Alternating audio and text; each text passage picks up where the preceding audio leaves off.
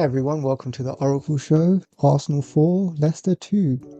What a match that was. For a neutral, I imagine you must be entertained, but if you're an Arsenal fan, I imagine you will be absolutely stressed. To be 2-0 up, then 2-2, and then to score 2 more goals and make it 4-2. It was an entertaining match to say the least. Although, I think there were some good things. For example, Calafiori in the first half, he looked composed, he looked comfortable on the ball, he looked great in first touches, and he was able to make some very good passes, especially to Martinelli, which created the one chance where he did miss, but he was able to make up for it later on. Although I did think in the second half he didn't put in as good as a performance he did in the first half. He was at fault for the second goal because I believe he was too narrow and too close to Gabriel, but that was also due to Partey's positioning on the pitch. But these things happen. There's one thing with Calafiori though that I've been seeing is that he tends to overcommit himself a little bit too much to certain challenges, and he needs to find that mix of when to commit and when to sort of stay back, and he was starting to understand when to go and when to stay back more as the game progressed. Especially if we were to talk about the defense, we're just a bit unfortunate. The first goal, it was off a deflection of Havertz, and the second goal was just a wonder strike from Justin, probably the goal of the month and probably one of the contenders for the season really. But these things happen as well. Other than that, I'm really happy that Martinelli was finally score after however many matches it was.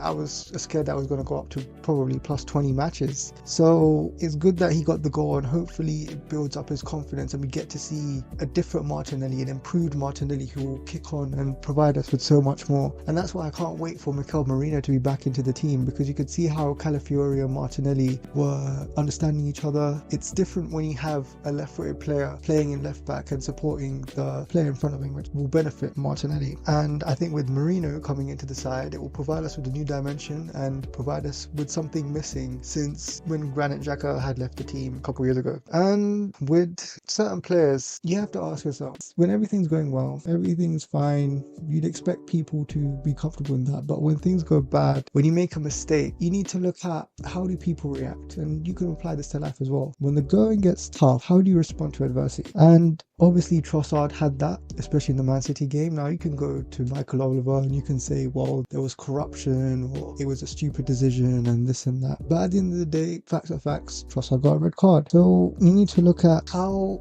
is he going to respond? How is he going to come back? And today he redeemed himself on the pitch. He was able to get 2 goals, but one of the goals was counted as an own goal. But for me, it was over 2 goals. And for me, he got 2 goals and he was the man of the match, because there are many contenders for man of the match in this game. Martinelli could be one, but I would say that for me, Trossard was man of the match, because you can have a good game, but sometimes it's about the key moments and what you do in those key moments. And for Leandro Trossard, he made those moments count, and he was able to break that deadlock and get us from 2-2 to 3-2 and then eventually 4-2 from Kai Havertz. I thought Jesus was a little bit selfish, but I understand, other than Gabriel Martinelli, Gabriel Jesus is in desperate need of a goal. And that's why over the last couple of games, we look like we've been able to deal with things fine without Martin Odegaard. Now don't get me wrong, Martin Odegaard is a very important player in our team. He helps bring us a different dimension. He is probably one of the best midfielders in the Premier League or even in the world. But to see Trossard cover that position as a 10 or as the second striker or whatever his role is, it's helped us tremendously, and it's helped us against arguably 2 of the biggest away games that we have in the season, against Tottenham, against Manchester City. We're really closer to winning against Manchester City, but we were able to get by those games without Martin Odegaard, and it does give me a bit of confidence in that way, because